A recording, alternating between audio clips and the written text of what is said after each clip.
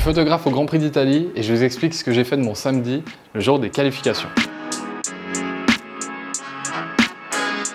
On se dirige vers le Media Center pour poser nos affaires et se préparer pour la FP3. Et moi, mon parcours pour cette première session de la journée, c'est extérieur parabolique. Et l'idée, c'est simple, c'est que je reste là-bas, mais que je profite de varier entre les optiques et les spots qui sont déjà présents sur place. Avec les filets, ça donne un aspect hyper cool à l'image. Une fois qu'on a fait tout ça, la session est terminée. On retourne au Media Center dérocher nos photos. On profite pour manger en rapide et on se dirige directement pour, normalement, la F2 en piste. Mais là, il s'est passé quelque chose que je ne m'y attendais pas. Je devais prendre un shuttle pour aller au virage 6 extérieur, mais il y avait tellement de monde dans l'enceinte du circuit que les voitures ne roulaient plus et j'ai dû y aller à pied. J'ai écouté un Italien, il m'a dit de passer par l'extérieur du circuit directement. J'ai fini en ville. J'écoute plus les Italiens, moi. On m'a dit d'aller tout droit, c'est plus rapide.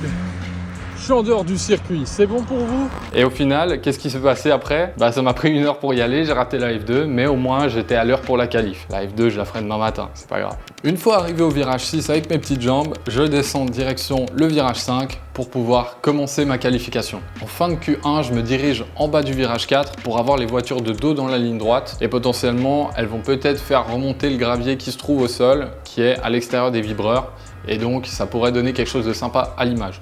Une fois que j'ai ce qu'il me faut, fin de Q2, je remonte pour la Q3 au niveau du virage 6 et à ce moment-là, je vois qu'il y a une plateforme photographe un petit peu en hauteur. Je me positionne dessus et là, j'ai la possibilité de faire quelques photos filées des voitures qui passent avec le logo Monza F1 et le public derrière, donc ça donne super bien l'image. Et là, c'est déjà la fin des qualifications, donc la suite logique, c'est de repartir tranquillement. Et je vais être honnête avec vous, j'aurais inversé mon parcours durant cette qualification après réflexion. J'aurais plutôt commencé au niveau du virage 6, redescendre virage 5 et 4, tout simplement pour avoir les voitures de dos en Q3. C'est là où elles prennent le plus de risques et du coup, c'est là où elles ont plus tendance à sortir de la piste et faire remonter les graviers du sol.